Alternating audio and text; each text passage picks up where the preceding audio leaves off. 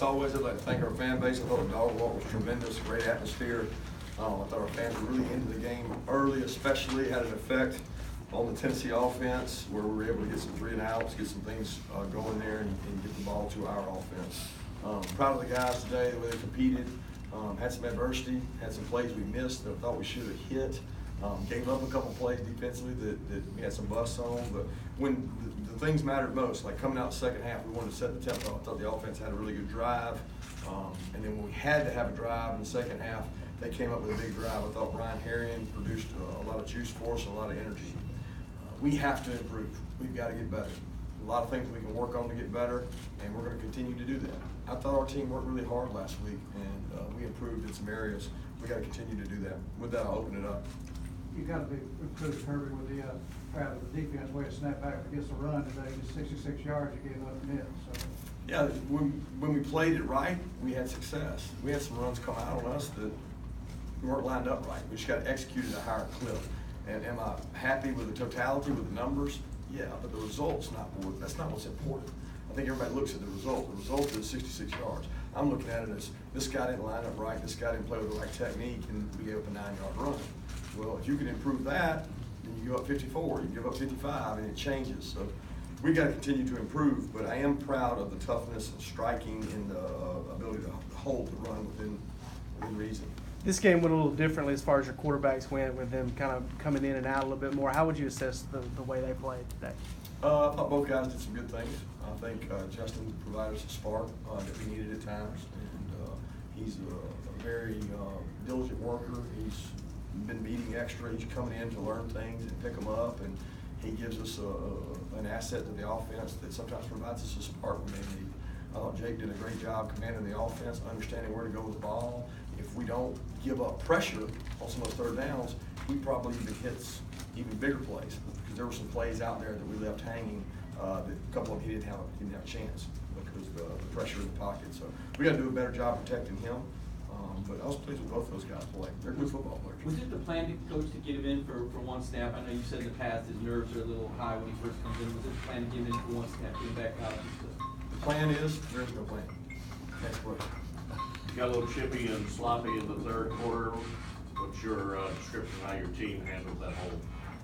You know, football's football. I think they've got competitive players. They got coaches that are driving their players, and we're driving ours. I'm disappointed in DeAndre. I mean, he honestly thought the guy was still up. You know, his back was turned, his hip was turned. He thought the guy was still running, so he was trying to tackle him. It's frustrating to have a penalty like that because we had a breakdown on third down where a guy didn't do his job. They converted. Then they hit another play, and we got a second long, and then we get a 15-yard penalty, and then we get another one, and it's like 3 things in a row on defense lead to their spark. So why are we providing them a spark? Because there wasn't anything they did to provide a spark. We did it. We got a bust in the coverage, and then a penalty. Those are the kind of things we got to clean up. Riley Ridley continuing to get better. Yeah, Riley works hard. Riley's a tough competitor. He's one of our workhorse wide receivers. He's a tough kid. I mean, he provides us a great element of toughness on the perimeter, which I think is important in this conference. More upset for Riley now missing that blocker, picking the ball up and running for a touchdown. You know, you got to block the guy. So I don't live on luck. There's a lot of luck involved in that play. So it didn't seem like necessarily down or just a situation was dictating what quarterback would go in when.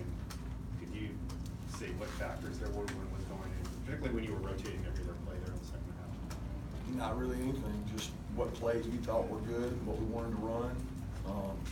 They both are good passers, both are good decision makers. They're both good football players. So there was not a rhyme or reason to why we did what we did. It was more of a plan to call the game that gave us the best chance to be successful. And that's what we do in the game. We try to call what gives us the best chance to be successful. Number of different plays that were big throughout the game. Do you feel like those 2 third down conversions there in that fourth quarter, dropping you were up to 12 still? How big were those in terms of just not only the course of the game, but just emotionally the confidence back going in the offense? I thought they were huge. I mean, there was a lot of big plays in the game, but that was the momentum swing where our offense had to go out and challenge each other up front to strike people, move people, and I thought Brian Herrion provided some juice. You know, he's a guy that can make people miss, and I've seen that side of Brian for a long time. He protected the ball well. He ran hard. He had some big conversions. I mean, I would like to left him in the drive, but he'd carried the ball, I don't know how many times in a row, and we were just kind of in our normal rotation. Kirby, what was the thinking behind the rotating the guards on offense? And I guess you got Baker at right tackle for a bit as well. Just Baker had a good week of practice. We base things on how you go out there and practice and how you do, and we think he gives us a chance to be successful. He's played a lot of football around here. It's hot today, so we thought that rotating guys there would help us. We'll have to evaluate how they played and then see how they do this week in practice. Where do you think the development of leadership is right now, player leadership? Well, I think it's like anything. You're not born sprinting. So you have an evolution of you walk, crawl, you walk, you jog, you run. It's the same way with our leadership. We didn't just snap, all those leaders leave, and then all of a sudden these guys assume the role. They're growing. We've got guys stepping up, being demanding. I think that's an important part of a team, but I don't think it has to be one person, and I don't think it has to be the same every year. It comes from different areas of your team. And our team's still developing guys. We're still growing as a team and trying to get better. Coach, earlier in the game, what are your thoughts on the run game specifically? What type of improvements would you like to see from your offensive line? It's good, guys. When you go across the SEC, show me a team that goes out in the first quarter and runs it for 5 yards a down against an SEC front. I just don't think it happens. So I think all of us, including me, expect to go out and say, oh, we're just going to run it down their throat. We're Georgia, they're Tennessee. It does not happen that way in this conference. It does not happen. It's hard to run the ball, especially early. You must chop wood, continue to hit people, wear them down. You got to have a threat of the pass, and you got to do it over and over. And the totality of it is what happens on that last drive. Now, if I saw right, I saw them subbing defensive linemen in and out, because they're trying to keep their guys fresh. Those offensive linemen aren't subbing. I mean, outside of probably one guy, we're not subbing. So that conditioning and that wearing down had its effect in the fourth quarter. If you don't run the ball in the first quarter, do we still have that effect in the fourth quarter? I don't know. You just got to have body blow after body blow until it wears people down. Do you know as a coach to be patient with that sort of thing? Or do you ever? It's hard, because if you don't have success, what do you want to do? Yeah. You got to commit to it. You got to believe in it. I think that's what good coaches do. I think that's what good offenses do. You have a plan. You stick to the plan. You're not going to go out there and run for 7-8 yards a clip. It's just not going to happen. So you got to have a good plan of get the best run situations you can. You got to go throw the ball. You got to go throw RPOs. You got to go throw play action. And we had some of those today. We had some shots that thought we could have hit that we just missed, and some of them we didn't get off because of pressure. You mentioned not focusing on the result. How conditioned are your guys at this point in your program not to focus on the result, like a rushing total or something like that? I think they're pretty conditioned. I think they understand. They know that we're going to be honest with them, just like last week. You win the game, is everybody hooting and hollering in the locker room, or you walk out and feel like, dang, we played our best game, you know? And it's a good problem to have when your team acknowledges that they didn't play their best and win. The most dangerous thing is to not play your best win and not gain or grow from it. So we're looking for growth at every kid, every position. We had about 3 or 4 kids play today that have gotten better during the week. And so they got an opportunity to go out there and play. Based on We hope that we can continue to do that. Based on the performance that you got from your quarterbacks today, do you want to see more of that going forward, both of them in games, no matter what? The plan is, there is a plan. You just talked about how you like to plan for everything. The plan is, Chris. How was the rushing total against Missouri? How impactful was that this week in practice, and how did you see your guys respond to that today? I know you haven't watched the film yet, but your early reaction to that? You know, I don't know. It's a different style game. I mean, you got a potential first-round quarterback that's slinging it all over to a leading wide receiver in the conference with 2 big tight ends versus a quarterback that's coming off an injury. And an offense that's probably limited a little bit. You know, I thought Tennessee did a tremendous job of managing the game, keeping the game close, and being very dedicated to the run and not putting them in bad situations. And I thought they did a good job of that. Did you see the growth you wanted from your linebackers, and how big was it to see Monty back out there? It was great to see Monty back out there. Monty gives us a tough physical presence. I don't know that he's 100% still, and I think he's getting there.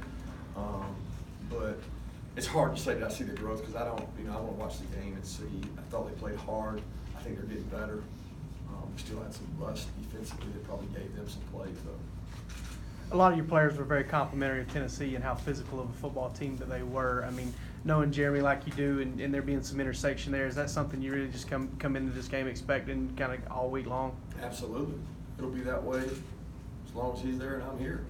It's going to be a physical football game because we coach very similar and a lot of the same similar traits. We're going to play them on the East every year that they're on the East, and it's going to be a physical, tough game, and it's the way it should be. It's the way football should be played. Kirby, when you talk about needing to improve to get better, where specifically? A lot. We got to protect the passer. We got to be able to throw the ball down the field. We got to be able to run the ball more consistently, and we've got to be able to execute on defense. Don't think we're getting the pressure we need to get, and just got to improve special teams. We didn't have an impactful play in the game to me today. More than anything, they punted away from us. We'll see more of that. That takes away a weapon. Everybody's kicking the ball out of the end zone, so those two are negated. So how do you impact the game, and how do you show improvement if you don't get opportunities? It's hard to. Coach, how pleased are you with the improvements of your secondary, especially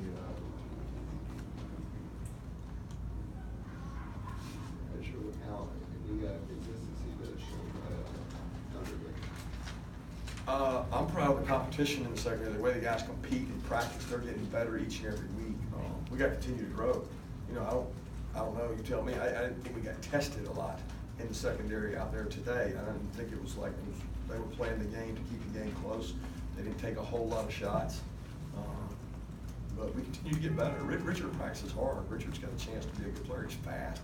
He's physical. He's getting better. He needs to continue to get better.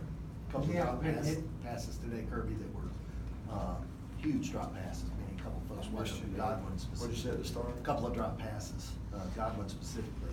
Those guys, those could have been big plays. Yeah, I thought we had a couple opportunities. I don't have to watch the one on Godwin. I mean, I thought Jake did great recognition to see that he was uncovered. Terry was smart to know that he was uncovered. A lot of our wideouts probably wouldn't have acknowledged that, and it just was outside the stretch of his hands. I mean, we're not looking for blame on who it was. I mean, I think that's a play we got to make. We had a couple others that we're going to hit a big play, but we don't protect the quarterback real well. So we've got to do both. We got to improve in that area. Richard shaking up on that play, Kirby had a big hit. No, he wasn't. He got cleated on the next play, and had to come out. He was back in his calf, back to cleat on it, and he was cleared by Ron and medical staff, so he went back. Last question? Thank you.